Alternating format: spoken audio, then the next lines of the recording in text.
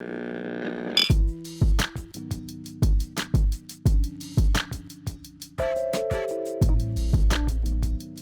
right, so we stayed in space for a while now. Let's talk about the Fifth Element, right?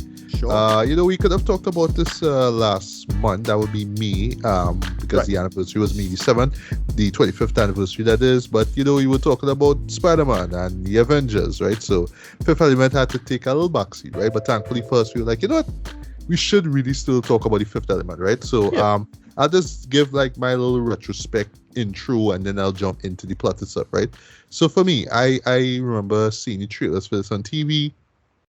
Always felt like they were weird, you know what I mean? Like just the how it was edited and whatnot, right? If you go on YouTube, if you see trailer, you know what I mean, right? But it just looks so weird and so different, right? It didn't look like anything I saw before, right? But this was for me the second film that I remember from the director, the iconic French director Luc Besson, right? Yeah. Because I remember the first film that introduced me to him was a little film called The Professional, right? Well, it's called Leon the Professional, right? That's the title now. That's the official title now. But back then, when we saw it when it came out in theaters, it was just marketed as The Professional. Yes. Yeah, it was The Professional, right? Which was a movie that I did not see until it showed on local TV, actually, right? That's where I first saw it, right? And then actually there was the director's cut that I saw afterwards, and now I own the movie on Blu-ray because I absolutely love that movie. That is hands down one of the best films I've ever seen. Just the best Luc Besson movie ever, right? And afterwards, this is after the first time I saw the Professional. That's when I was kind of introduced to the La Femme Nikita story, right? Because around that time there was a TV show La Femme Nikita with starred Peter Wilson. Where she now, I don't know. And then it's like, right, Luke made that. And then I actually saw the movie itself. It was called Nikita in the French version. Well, I mean it's a French movie, right? But yeah, the title is Nikita, right? And so I was like, yeah, it's all right. It was all right. I don't love it, but again, okay. So, this young woman who has to survive in the streets, and she becomes this assassin, and she's taught how to kill and all that kind of stuff. It's like, cool. Cool. I don't love it, but it could never hold a candle to to The Professional, right? Which in a way is like a kind of a American sort of like remake of the story, but they kind of do hit on it a little bit with trying to teach Natalie Portman how to shoot and all that kind of stuff, so it kind of worked, right? And then I mean Jean Reno was just such a badass in that story, and love it, right? But back to Fifth Element, right? So I did not see it in theaters, unfortunately, right? But when it was on, I think it was either on local TV or on cable. I think it was on cable. That's when I saw it for the first time. I was like, okay, that's what it is, right? Yeah. And even though I didn't love the film, right, what I really appreciate about that film is how unique it was, right? Just in terms of the visuals, the creatures, and just the story itself. It didn't look like anything that I saw before, right? And looking back at it now, that is the one thing I could really admire and appreciate about the film. In particular, just recapping this film though, I just amazed at a movie like this.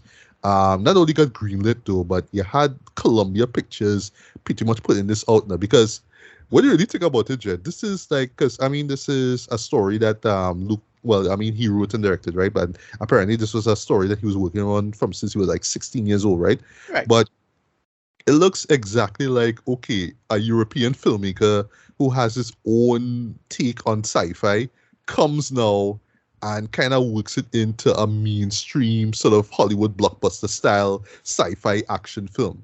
And I know that is the reason why some people will look at this film and be like, no, this is garbage, this makes no sense. And some people will just love it for just it being so different, right? But I think for the most part, even though it's uneven in some parts, so I think that it does balance the whole, I'm just going to bring my French sensibilities and, artsiness into this, but it still delivers on the Hollywood blockbuster stuff. So you get your explosions, you get your action, all that kind of stuff, but you get your really immaculate set design and weird, creatures, all that kind of stuff, right? But that's how Luke was able to balance that, and you have someone like Columbia just pumping money into your project, but it's really amazing, man. It's one of those projects, one of those films, like when you look at it now, it's like I just amazed that something like this was made, and it made a lot of money in the box office, right? Don't mind it was nominated for some Razzies and stuff like that. I mean, not everybody would understand it. I understand why. I get it, right? It's a little out there, a little too weird at points, but it still kind of works for the most part, right? But yeah, that's all I really want to say though. I just really want to touch on that first of all, just how daring and how bold it was, you know what I mean, in Right. terms of making a film like this, right? So it caters to the people who's like anti-Hollywood and no, let's see the new French New Wave and see what they're doing. So we like that, but at the same time it kind of touches on that whole, okay, we want things to be flashy and loud and bright and all kind of stuff. You know, we want that Hollywoodism stuff when it comes to my sci-fi, right? So you kind of get a bit of both with this, right? But yeah, Ricardo, as a sci-fi fan yourself, how did you take this film? You know? Yeah, I dug it for what it was at the time. It was pretty just it seemed strange and weird and really fascinating and interesting for its own conceit. And I remember at the time being like underwhelmed with the concept because I thought, oh well, it's really gonna be Star Trek is gonna be what we're gonna be like in 300 or so years, and I was like, this is so unrealistic. No way the world gonna turn out like this. And then when you actually like, learn about the internet after 10 years or so, like yeah, most likely this is how the world gonna be. It overpolluted and just everything all zany and loud and over the top and everybody have advertising. Flying cars and stuff like that. Well, I just talking about just like our relationship with politics and okay. corporations and McDonald's probably gonna be here in 300 years, and so on and so forth, right? And I just find it interesting how it plays itself out as a central conceit, especially in relation to the powers of just political powers, the police, because it's still a very over-policed world and whatnot. And then they have all these like relationship with aliens and wealth inequality. Like you get to see how nasty New York City is because everybody had to rise up because they just like give up on a pollution problem, for example. Little simple things like that. So it's a kind of really dark version of the Jetsons. And good point. Yeah. It's all these little small things, right? Like and so on and so forth. And they make it work. It's legitimately like a charming movie for what it's trying to do and say. They make a lot of great conceits in terms of just the actual central storyline. There's only one small thing I have a problem with it, but well, it's fine. It don't really break the movie in any way, but we'll get to that. And yeah, it's just the central conceit and story, simple sci-fi, but they make it work. And yeah, we could just get into that. But I was just reminded actually, right? And we actually talked about this on the BS Beats and Bailey. He directed Valerian and the City of a Thousand Planets, Yeah. And that's the one film that we could all agree that the opening is fantastic, but after that it's just but it does feel like a spiritual successor to right. the fifth. It's clearly a homage to those old French sci-fi, graphical novels and things from since the 70s or whatever it is, like a long time. Yes. Yeah, we could get into that whole history about that. Like, it have a whole history behind why it is that sci-fi look a certain way in Europe, for example, and whatnot, and just these different types of stories. Yeah, so that's about it. But it's clearly that, like, we know that. Like, once I saw it, even at the time, I had a sense of, oh, right, this is this old comic, blah blah blah. Being in the comic shop, something from since then. But yeah, that's about it. Yeah, and speaking of that, just to begin though, actually one of the books this film is inspired by is a book called The Circles of Power. This is from the comic book series Valerian and Laura Lane. I haven't seen it, but I assume this is where that same film that we mentioned, yes, Valerian and the City of a Thousand Planets, was inspired by. I really should seek it out though. But the one thing that I noticed, like even before I even saw the film itself, I should say like a couple of years later after this movie came out and I saw the film for myself, I picked up, on the heavy metal influences as well, right? Yeah. Particularly in the flying car stuff one, and also the character of Corbin Dallas, right, who is played by, the incomparable Bruce Willis, right? Yeah. So there is a segment in the 1991 movie for heavy metal, which by the way still remains one of my favorite cult films, right? I mean, yes, it's very juvenile and whatnot in terms of the content, but in terms of, all right, we're just going to show you adult fantasy and sci-fi in this neat package, and we're just going to make it so out there, you know what I mean? Yeah, I really enjoy that show, man. That is still, like I say, one of my all-time favorite cult films, right? But yeah, there's a segment called Harry Canyon, right? And it involves this taxi cab driver, and it is similar to like what we see here in this movie with, flying cars and all that kind of stuff. And he runs into a woman, and it leads to and there's this alien device. But in this case, this orb, right? That is the device the plot device that's used throughout that film, right? So we don't really get an orb here, but we do get the fifth element, right? Which we'll get into in a bit, right? So our story begins in Egypt in 1914, right? So we meet these two British archaeologists inspecting this the symbol that's on this temple wall, right? Sorry? Aziz Light. Yes, Aziz Light. Aziz Light! And I won't lie though, like just recapping this, because I haven't seen this movie in ages. I honestly forgot that this was the opening to the film, and I always thought that it just began in New York or it began in space. I forgot that it started in Egypt, Right. So basically the symbol says when the three planets are in eclipse, the black hole like a door is open, evil comes, spreading terror and chaos, right? And basically this happens every 5,000 years.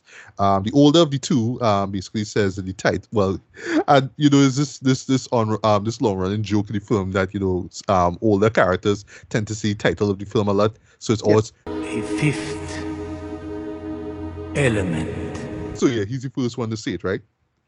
And it's all about just these four elements of life. You know what they are, right? I mean, you've watched Captain Planet, right? You've classical elements, You know what they are, right? And yeah, they are surrounded around the fifth person. Well, sorry, the fifth element itself, right? And that in itself will be a weapon against evil. It's called divine light. So it's all these little bits of information that you get here, right? So there's this priest character, right? This Egyptian priest, right? And he's like about to pretty much murder the two of them, right? Because they know too much, they're not supposed to know all these things, right? And as he's about to do that now, this gigantic ship, spaceship, kind of hovers over the temple itself, right? And then we're introduced to the Mondo she wants, right? If I got it wrong, forgive me, right? And I always remember like seeing the trailer for the first time, just how weird those characters look. It's like this sort of like these lumbering giant alien robot things now, but just the design of it as well too. And I mean, if it's one thing the show does very well, boy, is just these creature designs. And it's kind of obvious they got the iconic man himself, Mobius, right, to work on just to work on like the set design and character design, all that kind of stuff too. It's very European, it's very Eurocentric as far as the designs go. It's not generic American stuff, right? So that's one thing I really praise about this film, right? So yeah, pretty much these creatures show up. They walk towards the wall. There's a nice little joke where the older archaeologist asks, "Are you German?" I have a feeling like that's supposed to be like a Raiders of the Lost Ark reference or something like that, or whatever, right? But the priest himself, he knows who the robots are, and he tells the Lord, that's the leader of them, that he was going to stop them. He was about to discover everything, right? But the Lord warns the priest that war is coming, and the stones. So basically, there's these four stones that represent the four elements, right? So the stones aren't safe on Earth, right? Yep. So they unlock the wall. So basically, one of them has a key that's in his finger. Right. So it reveals his chamber. One of them actually like glances at the old guy. His eyes kind of light up, and then he faints. I was finding that's kind of weird. You just kind of watch him. He just kind of faints. Who's the guy? Does Luc Perry, I think. Yes. The younger one, by the way, was Luc Perry. Also, rest in peace to Luc Perry. Yes. But yeah.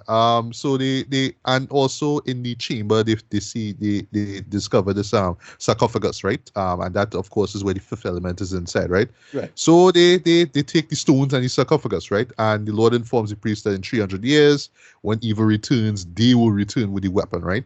And then there's this moment where one of the aliens get trapped because Luc Perry now decides to shoot at him, and then the chamber door closes, and then he actually kind of sticks his arm, by accident, sorry. To get the key, Yeah, and then the alien actually sticks his fingers through, so the finger with the key is protruding, right? And then the priest takes it out, and then he kind of goes outside while the ship goes off. He's like, "Yes, I will keep the secret, and I will pass it down to my disciples," and all that kind of stuff. And you're in the horsey kind of music, right? By the way, that's a little nerdy stuff though. Eric Serra, right? He's the guy who actually composed the music for this, right? He worked on this movie, The Professional, as well too. Love the music for The Professional, by the way, right? But I would say that if you're familiar with certain cues and whatnot, especially with the orchestral stuff that he does, you hear it in this movie as well too. But they add, because it's a sci-fi, they add like a lot of post house and techno music as well too. But I will lie though, some of it, even by 97 standards, sounds so generic and so old. It sounds like early 90s shit. You're like, but sorry, it does, right? And by the way, he also worked on the score for GoldenEye, right? In case you're wondering, right?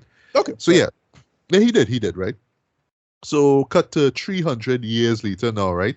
And well, basically we just see the evil itself, right? It shows up in space as this large kind of fireball thing, right? But it's like supposed to look like a almost.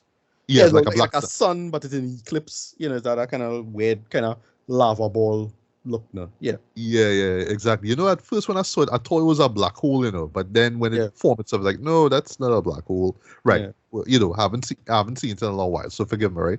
And then we go to New York now, and we get one of the big surprises in the movie.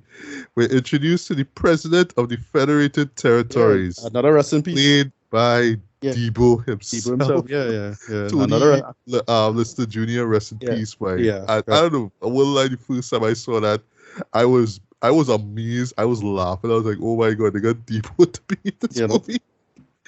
And Debo's acting in this is admittedly but I like the fact that he not like going over the top of it. He just being him, you know what I mean? And I feel like Luke behind the scenes was telling you, just be you, just talk, right? So yes, admittedly, it doesn't look like he's trying that hard at all. So you might find that his acting sucks, but I mean, it's in my range, so but he like real chill. Well, although near the end there's moments where he's sweating bullets, right? But yeah, he's like real chill in this though. But I would lie, the acting is kind of meh, right?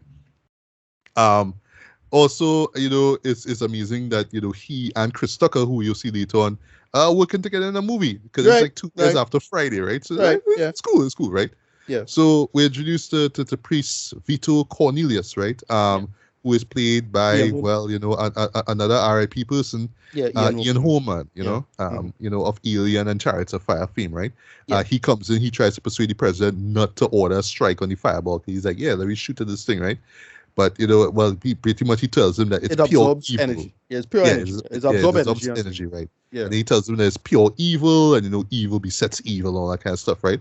So of course, it's like they're just like, fuck that shit. We just gotta fire at it, right?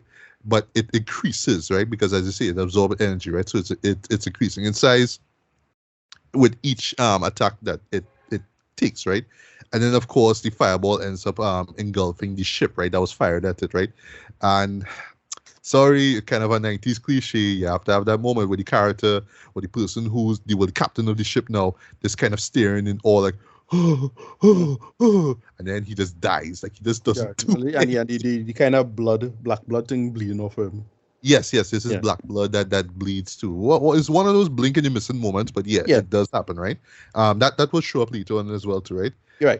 And then they do the thing because it's a 90s movie where the protagonist just kind of wakes up suddenly, right? And we all thinking, oh, like everything we saw there was a dream, right? Yeah, but not really. But yeah, it's a 90s thing, that's what it is, right? And yeah, this is where we introduced to Corbin Dallas, right? Played by Bruce Willis, right? So just to talk briefly about what Bruce Willis's involvement in this film, right? Well, Ricardo, you could come in and tell me if I'm wrong, right? I felt like his casting in this film was purposeful, not just to sell tickets, but the idea of, if you notice in the film, it's kind of going against his action hero archetype, Well, no, not really. Look how long it takes for him to actually be an action scene now, No, but I feel like it's just done on purpose, Yeah, I don't, because the thing with Bruce Willis as an action star is that he really nails the whole reluctant hero conceit now. He does, yeah. I mean, look at John McClane, right? Die Hard. Since Die Hard, so it was the whole, in two things. He had to be reluctant hero and also a schlub, complete loser, right? They explain why, he had he starts off with him being berated by his mom, like stuff like that. Yeah, which by the way, I don't think works at all. I think it's because we don't see any mom and it just pops up with all these random phone calls like, oh, you don't call me and you don't talk to me. Blah. Yeah, it's just dumb comedy stuff. Like it's a comedy beat. It's kind of funny, maybe. It's up to you if you think it's funny, but I don't know. To me, the whole point is just he's a normal guy. He used to be in the military. He pretty good at gun stuff. That is about it. He's a reasonably competent soldier, and then he's retired, and now he's driving taxis. That's it. They sell that conceit as it is. So yeah, Yeah, yeah, but for me, I just always felt like he kind of wanted the role because it's like remember in the '90s, early to mid '90s. I mean, when it comes to action heroes, it was Bruce Willis, it was Stallone, it was right, Seagal, right? So here's a film where he could kind of remind people, hey, I could still act. I don't need to have right, a gun to act. Like I was in and Moonlighting, bro. Like I mean, right. you know, But the big idea of it again to me just the idea of they're selling a schlub now because like Arnold Schwarzenegger is not somebody who's work as a schlub, even though he has roles where I like him in where it would have worked maybe better if that person if he wasn't looking like Arnold Schwarzenegger, like Mhm. for example Total Recall for example, uh, Yes, yeah. You're right. something like that. Like I don't know how they're gonna make it work as it is, but yeah. Anyway, this movie is just that speeds of reluctant hero schlub, normal guy. Right, you're correct. Yeah, right. There's this really weird scene where this crackhead guy tries to stick up Right. Corbin Uh, outside of his apartment, and we learn who this he is later on, right? smoke you. Yeah. Yeah. I'll smoke you. Yeah. We'll get to the smoke part later on, though. But I always felt like that was just the moment to just remind people, hey, look, it's Bruce Willis, and I know how to use a gun, and look at my Right. gun collection, because he literally shows him his gun collection afterwards. Yeah. So it's still kind of a weird scene, though, in No, retrospect. again, to me, it's just solid world building as it is. Because yeah, like in the world, you'll just have a bunch of people like that. Like it's not the Star Trek universe. This person is clearly a drug addict. And it's again, it's all of these like social failures now. Like that's what I like about it. Even though life kind of nice, is a bunch of social failures. Like it's a lot. It to me kind of very prescient in many ways in terms of social conceits not being addressed and making it work for what it was.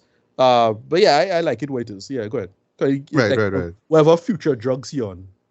Yeah. Start. Yeah, he try to just get a quick fix, try to rob somebody. But he on drugs, he's not too intelligent and all of that. Exactly. It's really later on you realize it's the man neighbor. That will catch Yeah, me but off yeah, guard. yeah, you're right. Yeah. you anyway, so we have this Mondo Shiwan ship who is like heading straight to Earth, right? Because Yeah. the president pretty much allowed it to pass, right?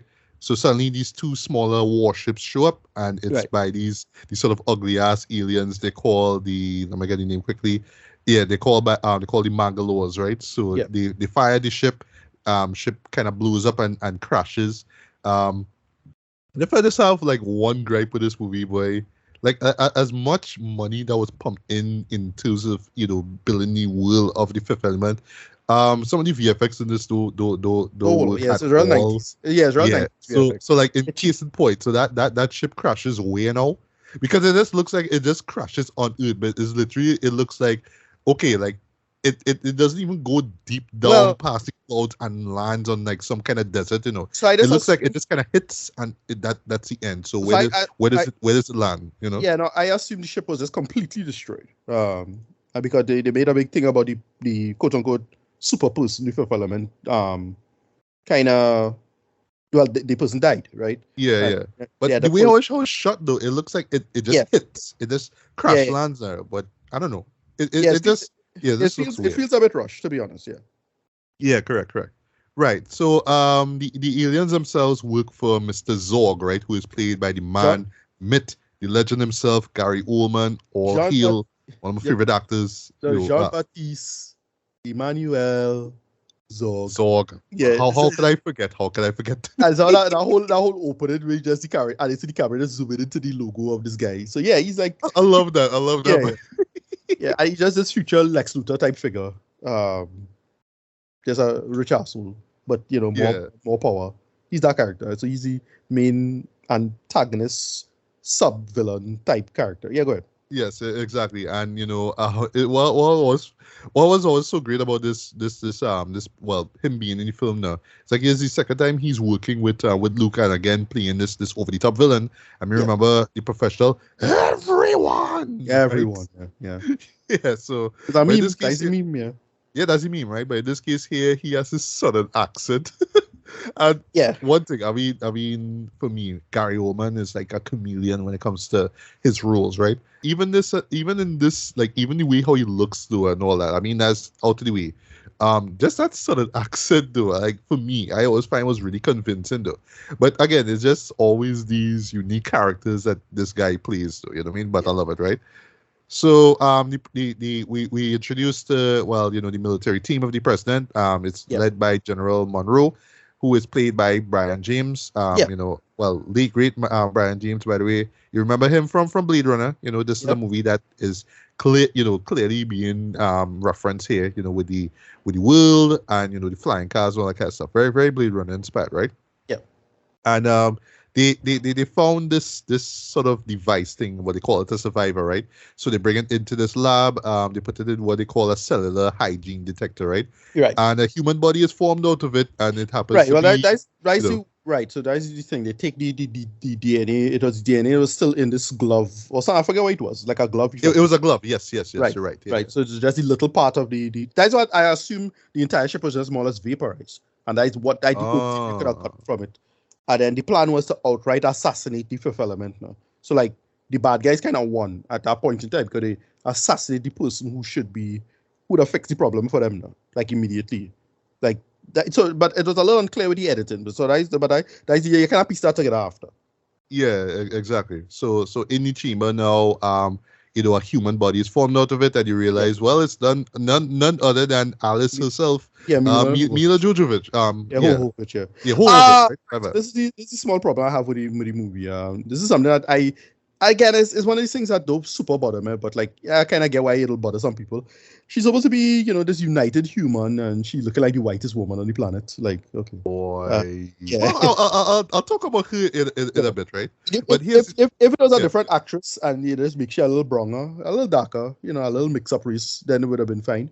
Like that's the only small complaint about it. But you mean make her look a little exotic? I understand. Yeah. Nice thing, exactly. She again, she's supposed to be all of humanity in one, and she looks like is that like right? Well, here's the thing, right? Well, before I get to my point, right? So they put these thermal bandages over her body, and it's clearly because of the PG-13 rating. Because you see a little sighting, that's all, but it's just cover shape and whatnot, right? And it's always the one thing remember from the movie. Mila, wearing these things on her body, Yeah.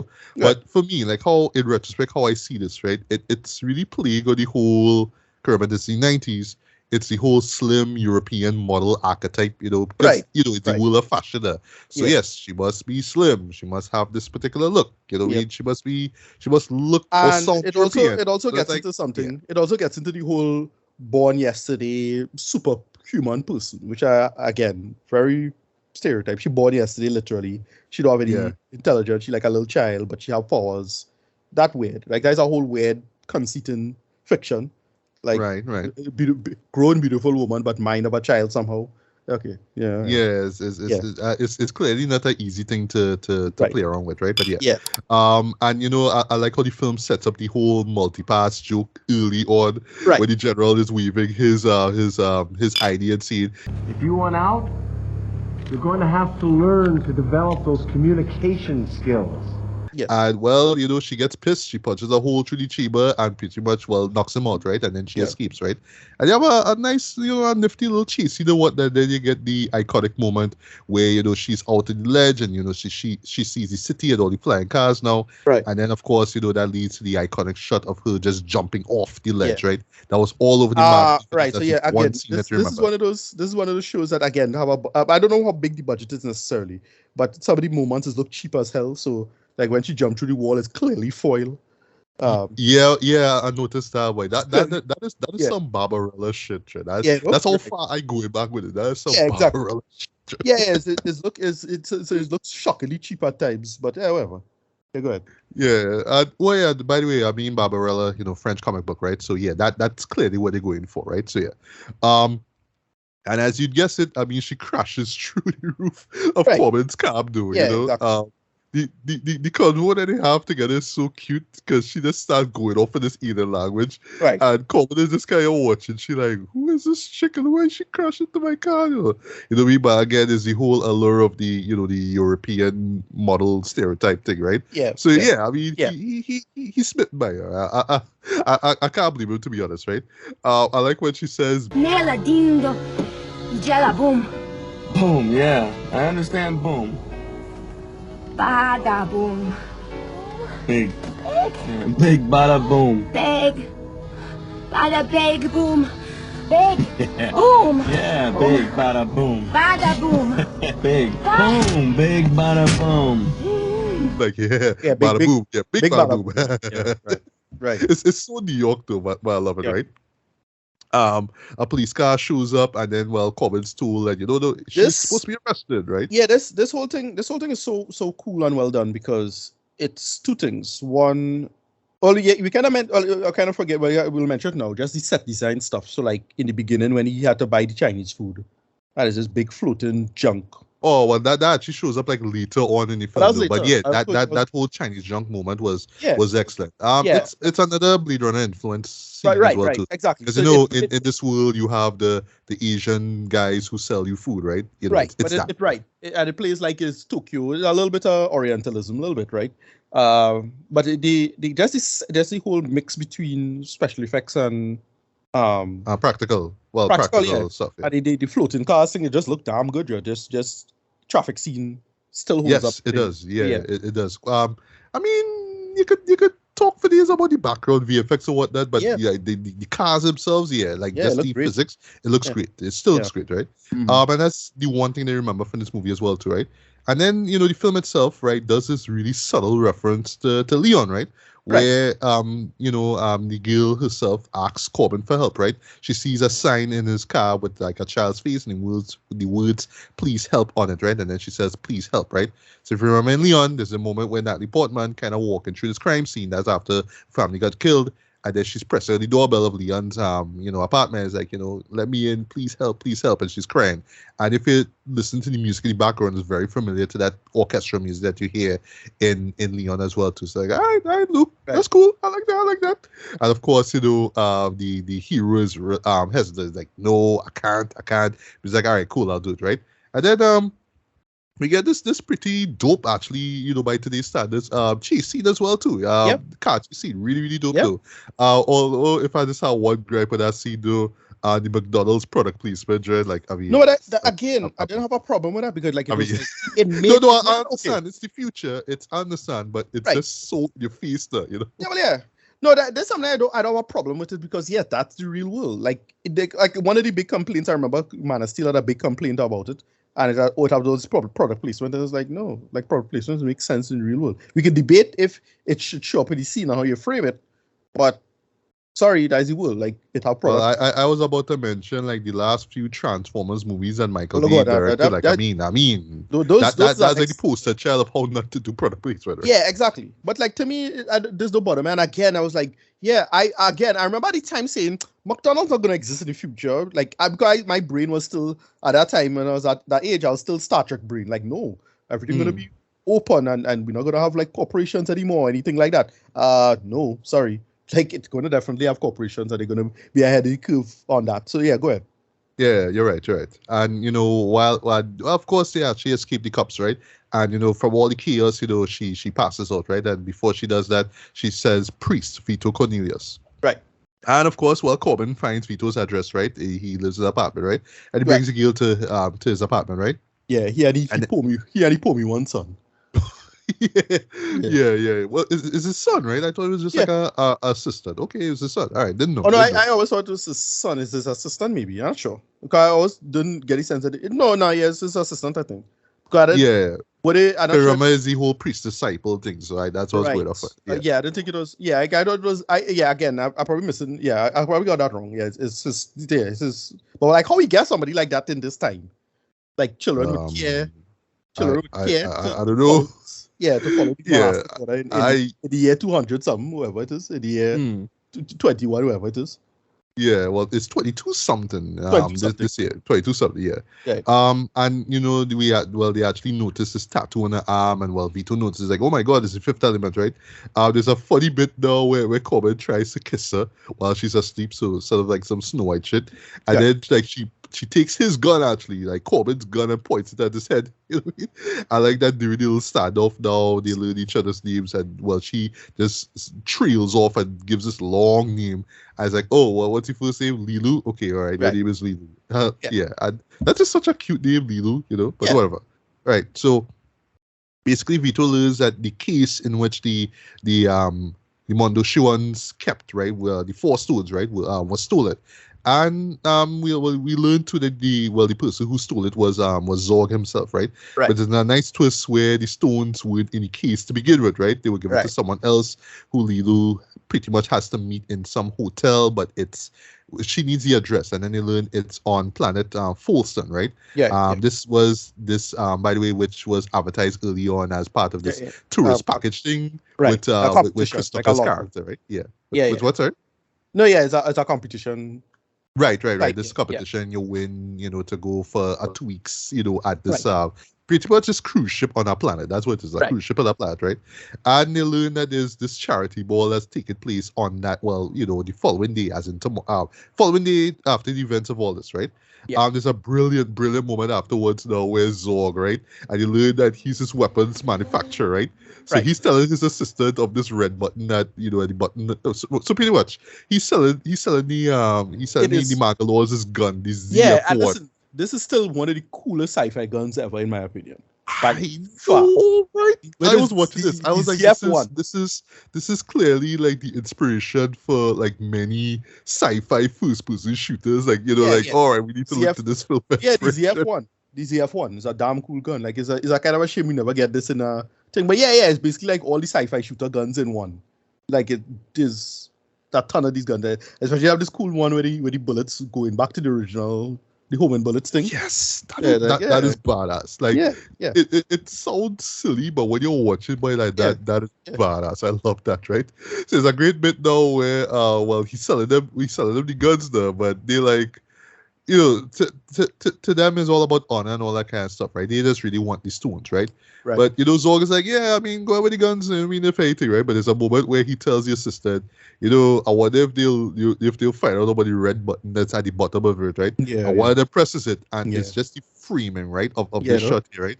We Yeah. see Zorg outside with a cigarette. you With just a see this cigarette, yeah. explosion behind it. I remember seeing that in the trailer. I just love that shot, but when you see Yeah. it play out, it's just so brilliant in my Yeah. opinion. It's such a great scene. Yeah. But yeah. Thoughts on that scene, and well, you mentioned the gun already, but yes, what's your thoughts on Yeah, that? that's just a review great with scene. Red So, Bull? right. If I remember correctly, they brought the stones to him because he wanted it, right. So to sort out, we can remember he working for the bad lad. This was never clear to me as to how we get in connection with this thing.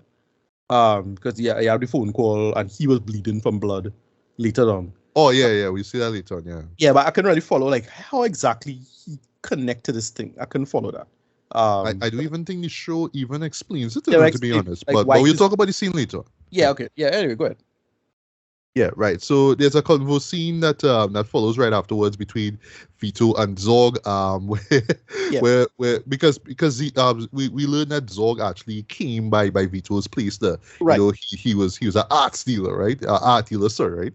Yep. So yeah, Vito pretty much gets captured by Zorg's goons, and he have this nice little cover, right? But it's the viewpoint that is, I mean, it's capitalist as hell, you know what I mean? Right. But it's how he emphasizes that work for me, right? So basically, he has this empty glass, right? And then he breaks just it. he says it's serene, it's boring, and then he just throws it to the floor, it smashes, right? And then you just see like these cleaning robots. mechanisms show up to pick it up, right? So his mindset is like, Look at all these little things. So busy now. Notice how each one is useful. What a lovely ballet ensues, so full of form and color. Now, think about all those people that created them. Technicians, engineers, hundreds of people who will be able to feed their children tonight so those children can grow up big and strong and have little teeny-weeny children of their own and so on and so forth, thus adding to the great chain of life. Right, yeah, it's just the destructive. It's a great scene. It's the destructive mindset, and it have a term for this. It's called the broken windows fallacy. okay. Yeah, where destroying things is make, is allow for work or allow for a job. Like if you break a window, you're giving the job to somebody who could repair windows. But like that is actually a terrible idea because like you're it's bullshit. Actually. you're still breaking a window, and it's the same idea. But I can understand why a guy like he would believe that. Eh? Which That's right, what that's makes sense. you have such a like just this destructive absorption mindset, and again it's typical capitalist villain shit there. But yeah, great. I love to see. And there's a bit that follows afterwards that I love Yes. too, where another glass pops up and there's this computer says water, fruit. Yeah, So And then he gets a cherry, right? Yeah. But he drinks the water first, right? And then he swallows the cherry, and he always Right. chokes it, right? Right. I love when Vito comes and says, Where's the robot to pat you on the back? The back, yeah. just hitting him all these notes, and I'm like, yes, Yeah. I love it. I love it. Yeah. Just keeps going, and there's just one slap to the back. Boom. Right. To see. That's it. I love it. Yeah. What has cracked me up is just again the whole weird. Again, there's a kind of weird conceit in science fiction. A lot of science fiction tends to do this, where it's they try to feminize the future in a way. So like the bad guys will wear, like the Hunger Games did this, where the bad guys tend to be foppish, or Yes. there's a kind of subtle kind of nascent, for lack of a better term, a kind of nascent homophobia to it. So like the villain, even notice his two goons, what they're wearing. Like, what the hell is that? Like, That's true. Yeah, stuff like that. Sort of like, a full Vogue kind of. Right. Reminds the 90s too. Right, I was picking exactly. up on some Vogue stuff in the costume design and whatnot. Yeah. So this is this really ornate kind of strangeness to it, but then the good guys look like normal people. There's a whole thing to that. But anyway, we'll get to that. Yeah, which is something personally I would love to dive in deep and learn more of, right? Yeah. Anyway, so back at the president's office now, the General Monroe, comes basically say that the Mondo Shawans gave the stones to a diva named Plavala Guna. Plavala Guna, right? So I like that, Zorg's goons find out about it as well too, but they basically find it out by sending a live cockroach to spy on them because it has a mic and a camera attached to the back. Right. What cracked me up is when he slammed the thing. Yeah. With the shoe. With the shoe, yeah. So the president pretty much tell the general to get his best man and send him on a cover, right? And the best man just so happens to be Corbin, right? Because, well, surprise, they served together back then, right? So yeah, basically he's assigned the mission to get the stones, right? And well, conveniently he was fired from his job, and even more convenient, he won the trip to go to the cruise ship. But it's just that small little world building. I like it. That's how powerful the military is in this. Like they just totally have control over everything. Like it's just absolute control over the society in that sense. Yeah. Although to be fair, the military had nothing to do with him losing the job, right? Like he kind of lost that on his own, because he had some strikes or something like that. So like more like a 3 strikes you're out kind of thing. That's what happened. So because of the issue with Lido crashing in, that's how right. I don't remember, because of the taxi, right? Because he was kind of he's a little on the edge of the taxi, right? Yeah. Because that's a real world thing. You had to take care of a taxi. That's a whole thing. Like if you get into the history of taxis and taxi drivers. Look at Taxi Driver, the movie. Like it touched on that briefly. Yeah.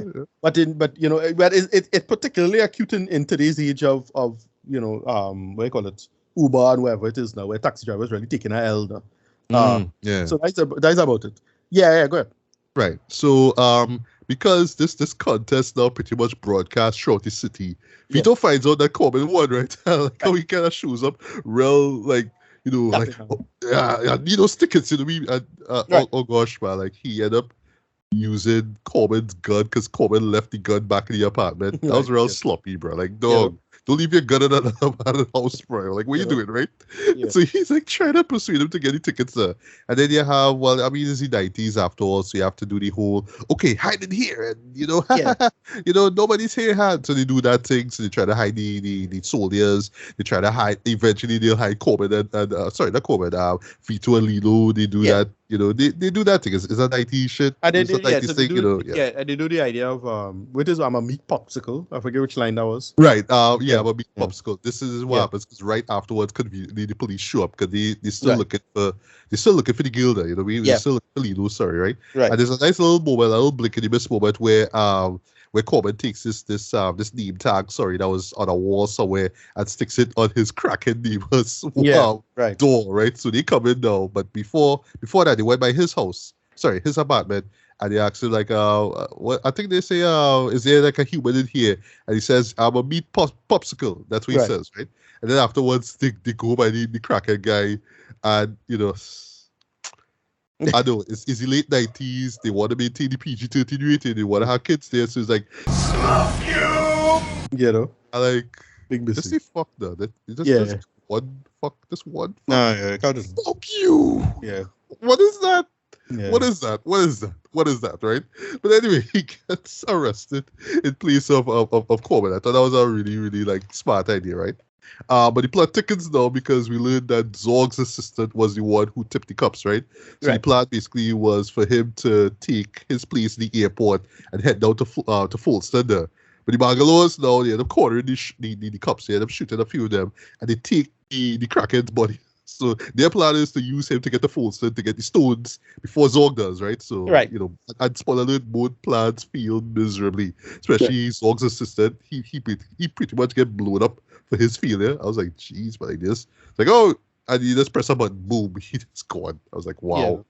But anyway, so speaking of Corbin now, Vito knocks him out with a award. Like, he had like some award, like a trophy, sorry. And he flees to the airport, sorry, right? David is there, so he gets these 2 fake multi-passes, right? Multi-passes, right? That's how you'll say it, right? And yeah, that's where we get the timeless multi-pass, right? Which is still a cute moment. This how she says multi-pass is so cute, right? One of the multi-passes, sorry, has Lilo and Dallas in it. I thought that was pretty funny. Again, the military kind of setting things up, right? Yeah. Corbin shows up just in time, and he kind of chases David away. David ends up telling Vito what happened, and Vito pretty much gives him the key and tells him to wait for him in Egypt, right, to go back to the same temple from the beginning of the film, right? And Vito more or less sneaks into the ship that's flying off, right? And then, when Corbin and Lilo finally make it to the ship now, he's told basically that Ruby, as a Ruby Rudd, wants to see them, right? And let me talk about Ruby Rod for a bit, played by Chris Tucker, right? Again, a lot of people had an issue with this. So this, at the time, I remember a lot of people had the whole, well, it had to be a black man, so you had to emasculate him kind of bullshit, kind of thing. Yeah. Right, which and by the way, a lot of people, I even when I saw it for the first time after the fact, right? I knew, I'm not the biggest fan of Chris Tucker, right? But when he's in films, I enjoy seeing him, right? Friday, Rush Hour, right?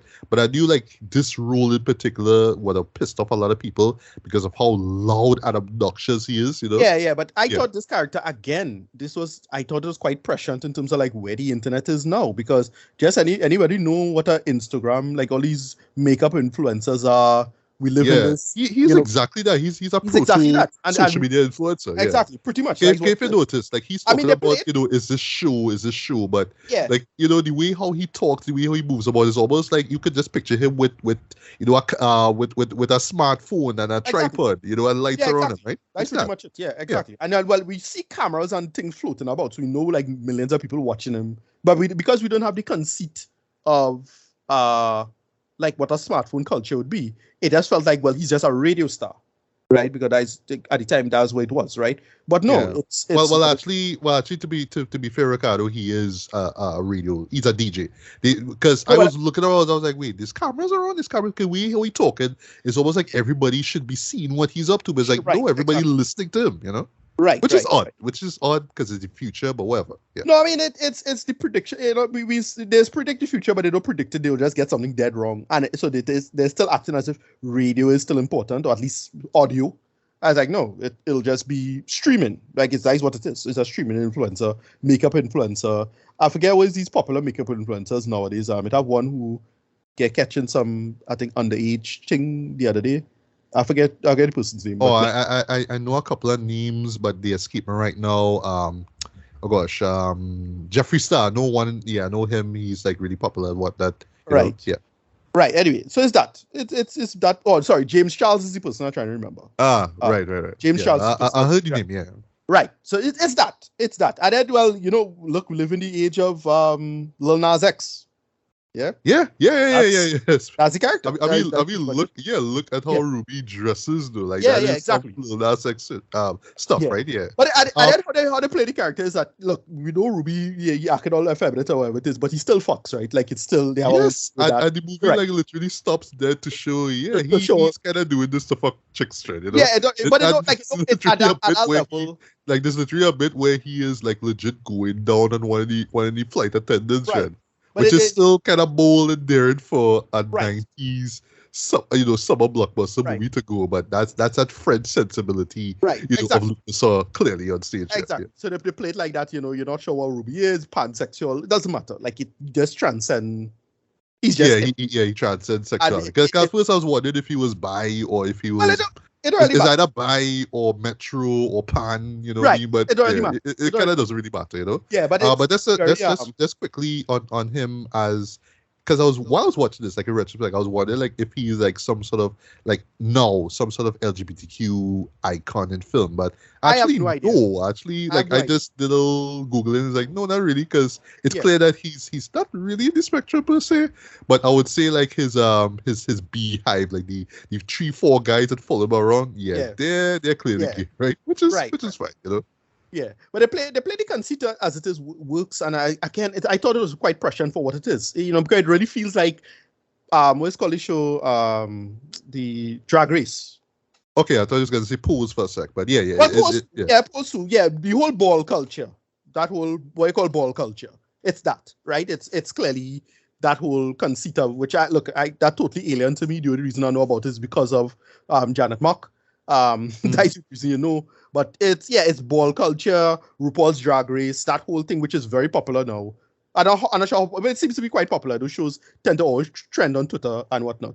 So it's that, and I thought it kind of nailed it. I'm not sure how dated this is or how sexist or homophobic it might be. Not sure, but it works for what it is. I agree. Yeah, it does. One thing though, but you know, get back to Chris Tucker himself though. Yeah. This is a character that you will either like, right, for just how funny he is and over the top he is. Like or love, sorry, for how over the top, grandiose, hilarious in my opinion, and just how flamboyant he is, or loathe him because of just how loud and obnoxious he is. And don't get me wrong, he is loud and he's obnoxious in this too. I was only after fact I learned that Prince was originally cast to play him, and it kind of makes sense given the way how he moves, especially around women and whatnot. But when he comes in, he steals the show. He is loud. He's like, you know, come in, Dylan, yeah, all night long. He's just going off. It would have been fascinating. But in retrospect, I know for some people it would be too much. Like I know it was too much for some back then because of the obnoxious, like the high level of it. Right. But when you look at it now, it's like I can understand. But it is Chris Tucker just off the reels here. To borrow from the old Charlie Murphy bit, right? You know, if you're in the 90s and you're wearing baggy shit, acting all hard. You was wearing some fruity shit back in the 80s, right? Like that's what it was. It's clearly playing on the Prince thing. But you mentioned it's supposed to be Prince. Yeah, that makes perfect sense. It would have been fascinating because I think Prince is not that bad of an actor. True. I don't think he could do like unless he performing. He can't do the wild, outrageous stuff like Chris Tucker. But he would have played probably more cool, maybe. Like he wouldn't have played loud Chris Tucker because Chris Tucker, that's the whole point of Chris Tucker, right? But he's a loud character. You know, hot. But Prince would have done his own thing for what it was. I thought that would have been kind of interesting. And again, I think Prince is not that bad of an actor. I think Purple Rain okay in that. I mean, it's still yes, not about that. Like it wasn't the worst thing ever, right? It's fine. Yeah. Right. So back at Zorg's place now, Zorg gets a call from a Mr. Shadow, right?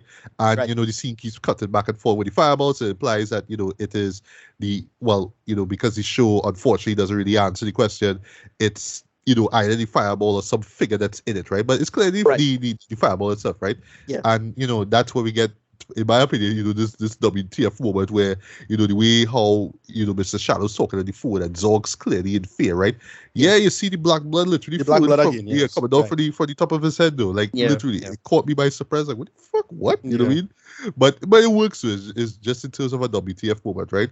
But another gripe though, the show just never follows up on that. You know, because all right, if it is the planet, then why in the end, you know, they just kind of throw in the whole Mr. Shadow thing and it's it's just a planet that's, you know, it's a planet. They never explain how it, like how my question is how he got in. Why does he would start working for this thing in the first place? That's my only issue. Thank you. Like, that's the only issue I had. He just makes guns. What does having the fifth element have to do with anything? I couldn't follow that. Right? He clearly evil and like the idea is that he sold his soul to space devil effectively.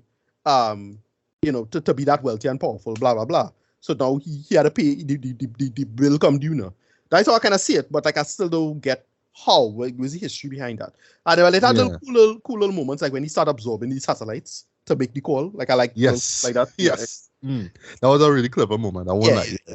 Right, so back to Corbin and Lilo, right? So they finally make it to Folston Paradise, right? So Right. it's this futuristic cruise ship. It's really dope, Yeah. actually, when you look at Right. it now. So it's a cruise ship, but it's not Right. actually in the water. It's not actually the floating ocean. about, Sorry, yeah. it's hovering over it. I That's just cool. love like that. I just Yeah. love that it have like real like yachts and cruise ships something in Dubai somewhere that look fancier than this. It's like Mhm. no. Yeah. But yeah, it's future cruise ship. It's cool. It looks good. Exactly, yeah. And no lie though, in this sequence alone, this whole cruise ship stuff, this is where you see just the set design though and costume Yeah. design, boy. It is Yeah. just on full display, boy. There's numerous shots here of just these sets where these characters. In case of boy, there's a moment with Corbin just on a bed, you know what I mean? And if you let's like look at the background though, this looks so brilliant though, in my Yeah, opinion, it look right? great. Yeah. Yeah, costume design just on point again. Touching But on we don't talk about 90s Vogue and stuff. It's we very don't very talk well about done. the airport scene, which I found was weird. Like the airport, like Oh, the airport is clearly meant to be like I always just think it's supposed to be JFK because JFK is one of these dirty fucking airports, right? Or LAX. yeah. So it's just Um, a set of junk in the background, and then when they had this whole part where they try to fake being Corbin Dallas, the two bad guys, which is again comedy hijinks. Yeah. Yeah. There's this whole drama involving a bunch of people pretending to be Corbin Dallas, but Right. yeah, just to touch on the airport for a sec there. It's kind of funny with all the garbage in the background. Like this is You one know. moment with this one attendant there working, and she's saying sorry for the garbage. You So know? like, all right, well, what's all this garbage in the background there? And You know? I get a feeling that they just didn't want to clean up the set. Like it did. So they say, all right, well, it's just junk, and then like shoot the scene anyway, like stuff like that. And even like when the ship was about to leave though, there's this bit where you just see these two guys in the back kind of clean it out. You see like these kind of like small little like critter like alien creatures kind of running about, Right. Yeah, it's like It's- like yeah. space rats. For some reason, those remember a bit of heavy metal. Right. Sorry, like, because I think one of these segments, I can't remember which one it was. I think it's the one involving the alien ship and the one robot who picked that one human girl and had sex with her, whatnot. Yeah, it's just one bit involving like like these little mite creatures kind of crawling about or whatnot. Like I feel like that's just a subtle heavy Yeah, metal it's reference just there. right. It's just space pests. Like it's Yeah. rats, but from space or whatever. It is all some genetic shenanigans or something like that. Whoever. Right. So Yeah. so let's get back there to the costume design and whatnot, right? Or I should say creature design though. Yes. Now we get to the diva herself though.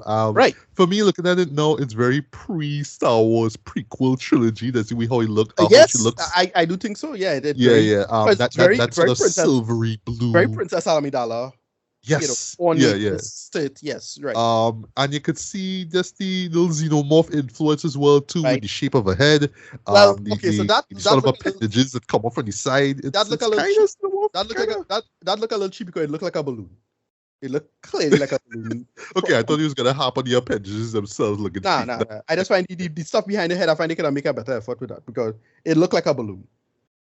Yeah, I guess so, right. So Clip. meanwhile, while she's doing her performance, and again, just these Okay. French sensibilities, Here's the she's thing. doing this opera song. But it's hip hop a little bit. Here's the thing. I'll get to that bit in a bit, but yeah, go on. I'll get No. to the climax of the song, but yeah. No, but here's the thing. Someone could actually do this in real, So, like, the way they're trying to frame it as if, well, she could only sing because she have these special lungs and she's this special alien singer that could do all these multiple notes. There's a All right, really... I never saw it like that. I just thought it was just like she's like like the Beyonce basically of Right, of, well, no, of, that's of, what it of is. opera in No, the that's what it future or is. something. Yeah, she's just an alien, right? Effectively an alien, super popular singer in the future. But, like, I get a feeling that because she's alien, she could do stuff that other humans can't do now, blah, blah, blah. Okay, I understand. Yeah. By the way, in real life, there's a real Chinese opera singer who could do this shit, who could sing exactly like the scene. You can look it up. Okay. Yeah. All right. That okay. blew me away that this girl could do this. Like, holy shit, dude. Have a real person who could do this, dude. Like, well, would. Like, though. Okay. Yeah. Same notes, knitting it, the same going low baritone for the scene. And because that's the whole point. You have this massive range, kind of thing. Right. Okay. Makes sense. Whatever. Yeah. Yeah. Go ahead. Right. So meanwhile, now Zorg shows up in a ship because he's requesting permission to dock, right? And of course, the captain's like, "Yeah, come true, man. We'll leave him for an hour, right?" The Mangalores are already inside, and they start searching for the stones, shooting up some people, whatnot, right? And there's a moment now where Lilu like pretty much flips out and finally starts kicking ass, though. And it's funny though because right at this moment, that's when the beat switches and it gets not so much hip hop, but more kind of techno in a sense, kinda in a way though. But props points sorry for the singing and vocalizing that she does though, Yep. especially that ha ha ha ha ha kind of Yeah. thing that she does though. Somebody could, listen, the woman really nailed it, though. Yeah, Hot. yeah.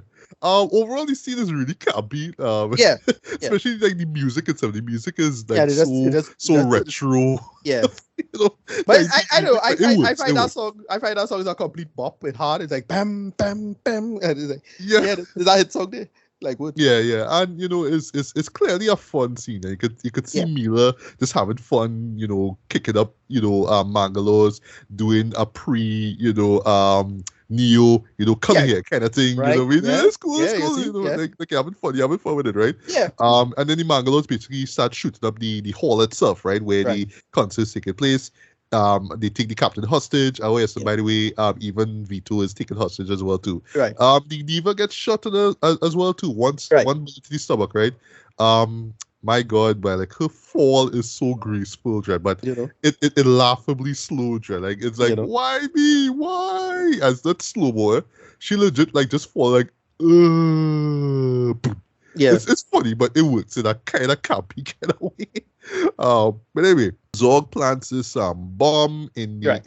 actually in the Diva suite now, and this is where Lilu was hiding because there's a moment actually where he came in for the stones afterwards after she you know kicked the shit out of the Mangalores, right? And then she actually took the case and threw it at Zorg, right? And then just kind of jumped into the ventilation shaft, right? I'll talk about the case in a bit, right? So there's a nice bit now, so let's follow up on the case now where Zorg flies off, right? And it's Gary Oldman just having a blast, right? So he opens the case, he closes it, he starts laughing, and then we all take it, all right, he gets it, and then he starts crying and saying they're not here. They're not here. yeah. That's just such a brilliant piece of acting, though. It's so funny. I love it, though. It's like, they're not here, and you just start crying. I love it, right? And this is intercut with Corbin, pretty much asking Diva where the stones are, right? And I'm going to talk about French sensibilities in a bit now. She says, it's in me. And surprise, surprise, they're actually inside her, Yeah, like in yeah. her stomach, right? Yeah, yeah. And That's actually so, pretty like, cool- this is pretty good one of the things that you would never see in a American mainstream PG-13 movie, Dread.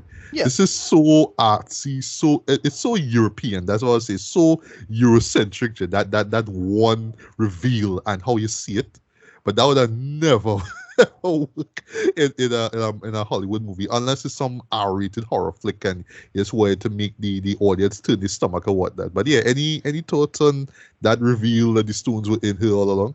Yeah, that was a cool little reveal. It's like, all right, cool. That really interesting. It's like, all right, that makes any sense because she had to smuggle it and it's her and you know she like well okay. So in the conceit of the storyline, she is part of this battle between good and evil now, and she know her place in it. Like I like that's the thing with the story. It's very in media res, right? Like it's this grand cosmic battle that happened for however long, and remember you say the battle's close at hand, yet. You know, they say within 300 years, it's going to sort itself out. Like, study the grand time scales involved within this thing now. And I like that. Like, it's all of this extra, you know, cosmic, you know, metaphysics going on that you're not seeing. And the main characters put it. So I just like that reveal is so weird and cool that she part of this now. Because she know what's going on. It's not like, you know, they had to meet her, but like, why? And they find out why. I'm like, okay, that's really interesting in terms of storytelling, though. But yeah, go ahead.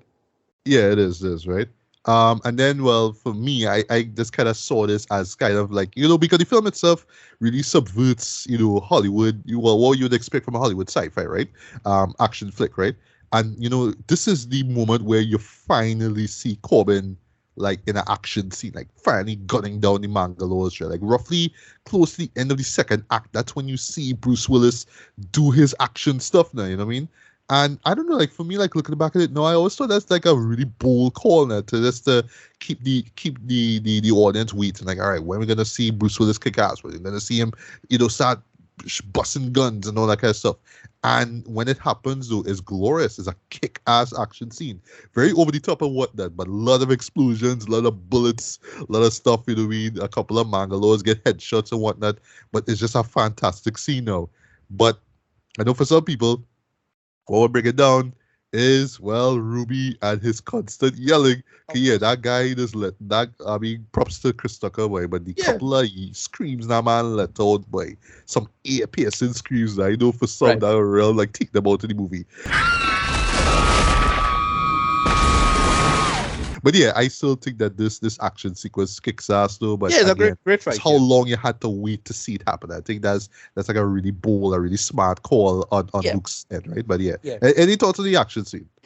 Solid fight for what it is. Again, it's not super memorable or anything like that, but just like good. Sorry to cut you there, and it's very pre-hallway shootout scene in Matrix. Like it's very that. It's very much that. Like you just waited. Then when it happens, it's just like No, but with all the set design, destruction, and all kind of thing, it's like, again, this is one that I mentioned earlier. Everything leading up to the Matrix as the apotheosis of American cinema. But yeah, Luc Besson, the whole his style of action, it's very lack of a better term, Hong Kong cinema-ish, kind of stuff. True. Yeah. Mm-hmm. Yeah, go ahead. Even in the professional, very Hong Kong action movie-esque action that you get there, but it works, right? Mm-hmm. Yeah, so Corbin and Ruby, they spot the bomb, and they pretty much realize, okay, well, we need to get the fuck out. So yeah, both of them together with Lilo and Vito, escape the ship via this lifeboat ship or something. Whatever it is. Lifeboat, effectively, yeah. Yeah. There's a great moment where Zorg returns to the ship now to get the stones, right? So he comes, he pauses the bomb, and it stops at 5 seconds, right? And then, well, the Mangalore leader, so before dying, now he activates another bomb, which just so happens, to have like a 5-second countdown. And then, well, of course, the villain has to say something. So Zorg is like, "Oh no!" And then the ship blows up, right? But just like that, it's really a clever bit of writing there, where it's like, just play with audiences' expectations, right? And just when you think the movie is over, well, the fireball from before speeds its way down to Earth, right? The president informs Corbin, so it's like, all right, cool, we need to do something. So they head down to the Egyptian temple, right? Right. So this scene, and David's waiting there. So it's like, all right, cool.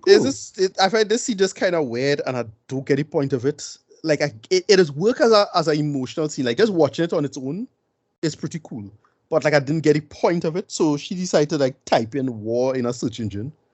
Oh yeah, that was on the nose, but I mean, like again, like I see where they try to go for like divine light, and but I mean, after all the shootout and all that stuff you see, right now this is the moment where you learn, oh my god, like the humans violence. Like kill themselves in war. I couldn't follow that. No, I couldn't follow like why she decided to like be concerned with that all of a sudden. Like, but to be fair to the show, I do like how she was able to like learn things quick. So she was just kind of running through the dictionary, but they stop at V, and you get this this kind of nice moment where it's like, well, there's words like virtuous and very beautiful. It's for the ladies, right? It's for them to go right? But all of a sudden like decide, all right, let me just go back to the dictionary thing, and I'm on W, and hey, war. What is war? And it's like, oh my god. It kind of comes too late in my opinion. And of course, they have to show a mushroom cloud, and of course, and play some tragic music. Oh my god, crying, and then they cut to she face up close without tears. But in retrospect, it's clear that Luke was trying to was trying to. Was he never that movie with French Knight, and she was burned at the stake. Oh gosh, The Passion of Joan of Arc. Right. So it's that famous crying face stuff. I'm like, okay. Right. Yeah, right, yeah. But yeah, it kind of feels like, like Luke, like, all right, I just want to tell this message. So yeah, this is the moment where, the fifth element finally learns about war. Okay. Right. A little too late in my opinion, right? Anyway, right? So she's pretty much weak now because of all the stuff that went on with the shootouts and all that kind of Right, stuff. she got right. She got shot. Yeah, she got repaired. Yeah, and she got a little dinged up as well to like literally shot Yeah. at by Zog before he leaves, right? So yeah, she's placed in the middle of this in the chamber, and the 4 stones are placed around it. And there's a cool moment where pretty much they learn that to activate the stones, they themselves have to do it. So it's like, all right. Yeah, well, they're right. So the guy, right? So this is where there's a funny little moment I like where the guy was like, how do you get? He just sighed. He didn't even realize. Yeah, he just had to be above. He was just happened to be above the windstone or whatever it was. I like okay, and then he figured it out. And of course, Ruby had to handle fire. It's like, Kobe, I have no fire, no matches. I see nothing matches, no matches. I start smoking. If I knew, Big Papa, you smoke. I got a one fire match. today. Yep, one match, and of course everybody. They had to hold their breath like idiots. They had to make a comedy bit out of it. But so it is. Yeah. And you get this genuinely emotional moment between Corbin and Lilu where, it's like, Corbin finally says that he loves her. Right. Of course, he kisses her. And so funny, it's like literally 10 seconds before this thing crash land. Of course, yeah. No, but I had to kiss you first, right? I had to kiss you first, right? And then that's when she shoots out this light and, the 4 elements shoot a beam. And then she sends out the divine light, and then it hits the planet itself. It doesn't explode, but it just kind of stops. It just kills it. It just kills it into. It just it just becomes. Planet, it just becomes inert effectively. Yeah, and Earth have a second moon now, so that's right, exactly. Which is an interesting theory. Because it's like, wait, so the first moon was one? Like, is that what you're trying to say? Good point. Good point. Yeah. I don't know, but again, the thing with evil, when you do like this kind of cosmic evil stuff, you don't have to explain where it comes from. But I really wanted them to, like a show like this would have do some bullshit like, well, in the millions of years ago, we would have blah blah blah, and we had a cosmic battle. So like that would have been worse. And we don't want there's some text on screen or anything like that. But I don't know. I find we could have got a little bit of world building just to explain really what's going on and why. But like whoever is evil, the planet is space devil, that is it. Like leave it. And there. they never explain the Mr. Shadow thing. They never do that. By the way, as we keep harping on, just 90s blockbuster movies, it's kind of funny, right? That Bruce Willis afterwards, like I literally a year later will be in Armageddon. Right. Because about a meteor, the size of Texas. Right. It's funny. But the thing is interesting now. Like again, I'm sure if somebody have a real good video essay online somewhere that explain all this shit. But like, I just couldn't. Like I get it. It's not something that I used to bother me too much back in the days. But now, like, I kind of a stickler for this kind of stuff, where it's just a real straightforward story, and if you ignore everything else, it's fine. But I want more world building. So I don't know. It's that. True. It's a lot of style, admittedly. It's a lot of style. Right. But not enough substance. There's substance, don't get me wrong, but not enough of a story. Yeah, enough of a story to make it work for what it is. And given the fact that Luke was working on this thing from 16, right? It's clear, like, if this wasn't going to be a film, this would have been a comic book, right? Exactly. But still, in a comic book, I imagine if this was, in a nutshell, if this was a comic book that would have been transcribed into film, I imagine they would explain more. They would have done more world building in that book, Yeah, and again, it's up to you if you care. But because like exposition could kill something like this. So I suppose it just flows better in that conceit. So I don't know. It's again, all of this is just kind of Monday morning speculation, and many times, sometimes when doing it after, the people who come in after just fuck it up more. So I suppose it would have just work fine as it is, just a one-off story. Leave it at that. You don't need to know the rest of the world. But yeah, they keep it as it is. Yeah, and lastly, now before we get to final thoughts, right? They even do the whole James Bond trope thing, where in the end, all the big wigs come in and saying, "Okay, we need to congratulate our hero. Where is he? He's with the girl and he's busy," and give him like 5 minutes, right? So they do that. And they inside the chamber for some reason. Why? I know, right? Because we just need to have one place for them to be in where everybody can kind of show up and be like, where are they, right? It's kind of weird, right? Yeah, it's kind of weird, right? And it's funny, this is the same year that gave us Tomorrow Never Dies, right? Which didn't end like that, but Michelle Yeoh and Pierce Brosnan did hook up at the end, but he had to he earned it. I'll give him that much, right? Right. But yeah, in closing though, this is still a fascinating movie for me though. I don't love it, right? But it's one that I really do admire in retrospect, right? Just just how creative and imaginative this movie was, right? I think really at the heart of it all, this is why this movie is still remembered, right? Although, the title, The Fifth Element, is really memorable, right? Like, case in point, we actually had a nightclub in Arima called The Fifth Element, right? I mean, take a while, guess where it got inspired from, right? Duh, right? But yeah, just the inventiveness on screen, though, it totally works. Like, it's not Blade Runner level, like top tier like that, right? But just the creativity on screen, though, totally works. And it still manages to fit within okay, it's the 90s. I just want to shut my brain off and shove popcorn in my face and watch this movie, right?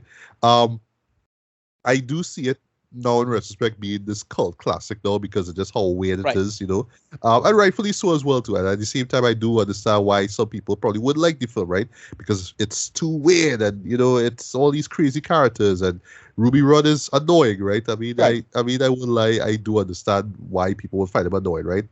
He did get on my nerves a few times just because of how he was reacting to stuff, right? But whatever, right? But still, I just amazed at something like this, right? Which is clearly Eurocentric, clearly inspired by French comic books, got the American Hollywood treatment, and still you just saw this blending of the two, right? Now, to be fair, not all of it, works, right, in terms of the balance and act, right? But for the most part, it works, right, for what it is, right? It's uneven in some parts, pacing is used here or there. Some of the VFX don't work at all. But still, you could tell that everybody was having a blast for this. You could tell, you could tell that this is Luc Besson's, brainchild, right? It's like, you know what? Yeah, I want to do weird, artsy sci-fi, but I love, action films too. So I want to do that kind of stuff, right? And that's what he do, right? And he got a solid film out of this. He got some really solid performances from, from Gary and Bruce and even Mila and all too. You know what I mean? Like, say what you want about her work on stuff like Resident Evil, but you always remember her from The Fifth Element, right? Yeah. So yeah, I mean, at the end of the day, it is a divisive film, admittedly so, but it is one that it is, it's one of those product of its time kind of movies, but it is still one of the most fascinating movies, I would say, to come out of the 90s, especially from that blockbuster era of filmmaking, right? So rating-wise, I'll give this a strong 3.5 to a light 4, man. I really enjoyed recapping this. This is not a movie that I want to own on home media, but I don't know, maybe if I give it a few more views, maybe I might. But again, I just amazed that something like this was actually made to it. Just that merging of Eurocentric, artsy sci-fi mixed with flashy, summer blockbuster goodness, right? All in one film, though. It's just amazing to me, right? And that's all I would say. So yeah, Ricardo, final thoughts and rating.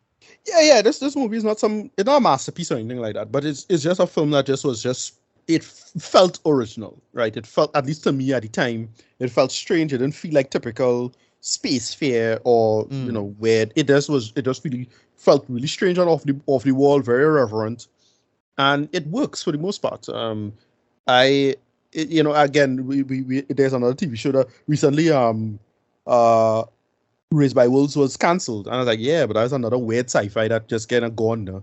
And, it was this nice balance of like 70s dystopian sci-fi, right? Yeah. Oh, sorry, artsy sci-fi like Zardos and stuff like that. In a contemporary post Game of Thrones style. You know what I mean? Right. Yeah. And that it got cancelled, man. Yeah, and it's this just the idea of this lack of I like the MCU.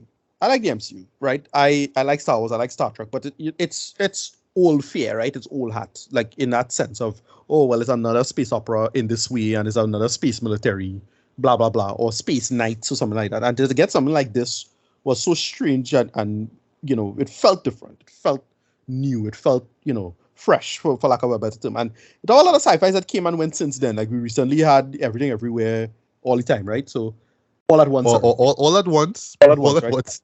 And, yeah, so it still have that vision of just being interesting and giving you something new and whatnot. I really appreciate a film like this. That's all I'll say, right? Yeah. You have to give credit where credit is due, man. You don't see movies like this every day, But yeah, what would you rate it? I don't. Like an 8 out of 10. I really like it a lot for what it is. Again, I don't think it's a masterpiece or anything like that, but I just felt it just does so much right, gets so much right. It overshadows its problems for me, But it's not. But to be fair, it's not a movie I'll rewatch all the time or anything like that. Or think, wait, but it's something I will harken back to in the 90s. Not since, especially in the context that the Matrix exists. I think that is one of the big factors as to why. But yeah, that's how I feel about it. Right, nice.